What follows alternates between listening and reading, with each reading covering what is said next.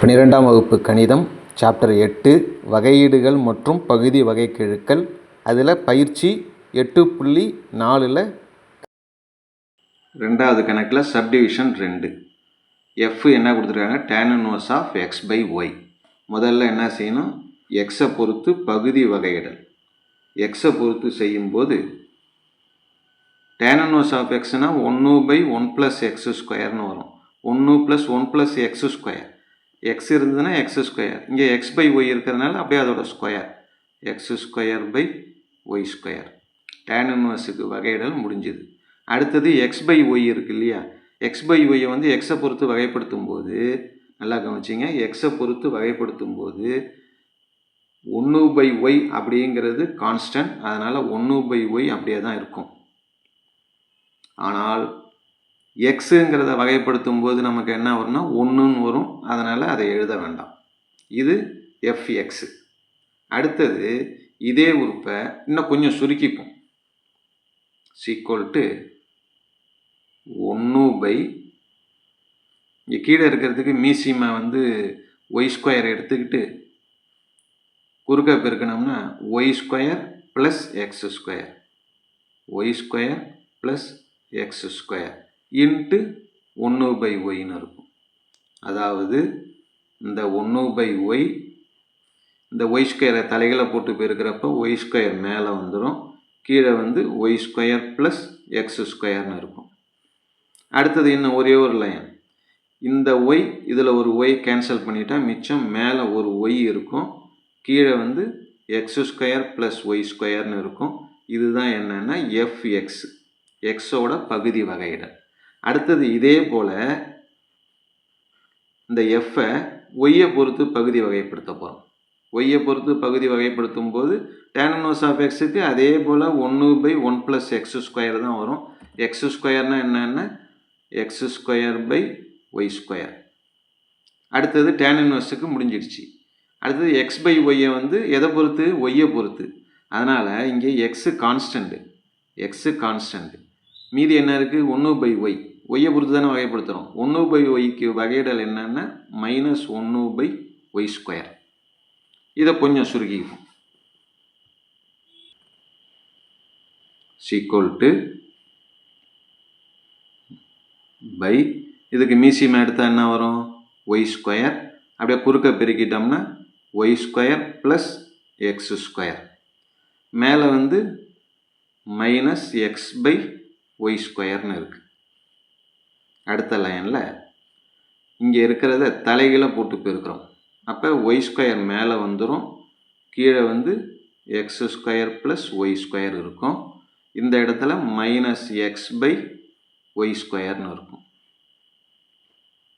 கடைசி ஸ்டெப்பு, இங்கே இருக்கிற y² போயிடும். மீதி என்ன இருக்கும்னா -x மேலே இருக்கும், கீழே வந்து x² + y² இருக்கும். இது வந்து fyயோட மதிப்பு. அப்போ எக்ஸை பொறுத்து வகைப்படுத்தியாச்சு, ஒய்யை பொறுத்து வகைப்படுத்தியாச்சு. அடுத்தது fxy கண்டுபிடிக்கணும். அடுத்து நம்ம கண்டுபிடிக்க போகிறது fxy. fxy அப்படிங்கிறப்ப இது எப்படி மதிப்பை எப்படி கண்டுபிடிக்கிறதுனா ∂y முதல்ல இருக்கிற ∂x, இந்த எக்ஸை எழுதிட்டோம். இப்போ மீதி என்ன இருக்குது? fy தானே இருக்குது.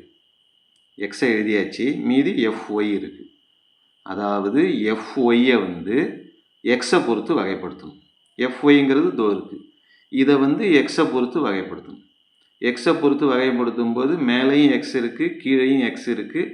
அப்போ u/v வகுத்தல் விதி இருக்குல்ல, அந்த மெத்தடில் வகைப்படுத்தணும். இதை தான் நம்ம எக்ஸை பொறுத்து வகைப்படுத்த போகிறோம் இல்லையா? கீழே என்ன வரும்? இதனுடைய ஹோல் ஸ்கொயர் x² + y² மேலே வந்து x² + y² அப்படியே எழுதிக்கிட்டு கீழே இருக்கிறது -xஐ வகைப்படுத்தினா -1 மைனஸ் மேலே இருக்கிறத எழுதிப்போம். மேலே -x இருக்குது, அதை எழுதிக்கிட்டு கீழே இருக்கிறத எக்ஸை பொறுத்து வகைப்படுத்தும் போது இது y²ங்கிறது 0 ஆகிடும். x²க்கு என்ன வரும்னா 2xன்னு வரும். இதை சுருக்க வேண்டியதான். கீழே இருக்கிறதுல மாற்றம் கிடையாது. எக்ஸ் ஸ்கொயர் ப்ளஸ் ஒய் ஸ்கொயரோட ஹோல் ஸ்கொயர் அப்படியே இருக்கும். மேலே வந்து இந்த மைனஸை உள்ளார கொண்டு போகிறோன்னு வச்சுக்கிங்க. Minus x square minus y ஸ்கொயர்னு வரும். இந்த மைனஸும் இந்த மைனஸும் ப்ளஸ் ஆகிடும். 2x இன்ட்டு எக்ஸு 2x ஸ்கொயர்னு வரும். ஈக்குவல் டு 2x ஸ்கொயரில் ஒரு எக்ஸ் ஸ்கொயர் போயிடுச்சுன்னா மிச்சம் plus x square minus y square by x square plus y ஸ்கொயரோட ஹோல் ஸ்கொயர். இது வந்து என்னென்னா எஃப் ஆஃப் எக்ஸ் ஒய். அடுத்தது எஃப் ஆஃப் ஒய்எக்ஸ் கண்டுபிடிக்கணும். அடுத்து நம்ம கண்டுபிடிக்க போகிறது f of y x. F y x இதை நம்ம எப்படி எழுதுவோம்? Dow by dow y of y எழுதியாச்சு. மிச்சம் என்ன இருக்குது? எஃப்பும் எக்ஸும் இருக்குது. எஃப்எக்ஸ். அப்போ எஃப்எக்ஸை வந்து ஒய்யை பொறுத்து வகைப்படுத்தணும். எஃப்எக்ஸை வந்து ஒய்யை பொறுத்து வகைப்படுத்தணும். F x dow by dow y of எஃப்எக்ஸுங்கிறது என்ன? தோ இருக்கு பாருங்கள். Y by x square plus y square.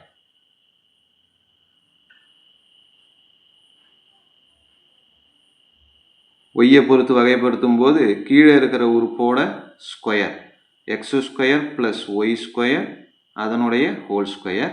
அப்புறமேலுக்கு இந்த x square plus y square அப்படியே எழுதிக்கிட்டு ஒய்யை நம்ம வகைப்படுத்தினோம்னா என்ன வரும்?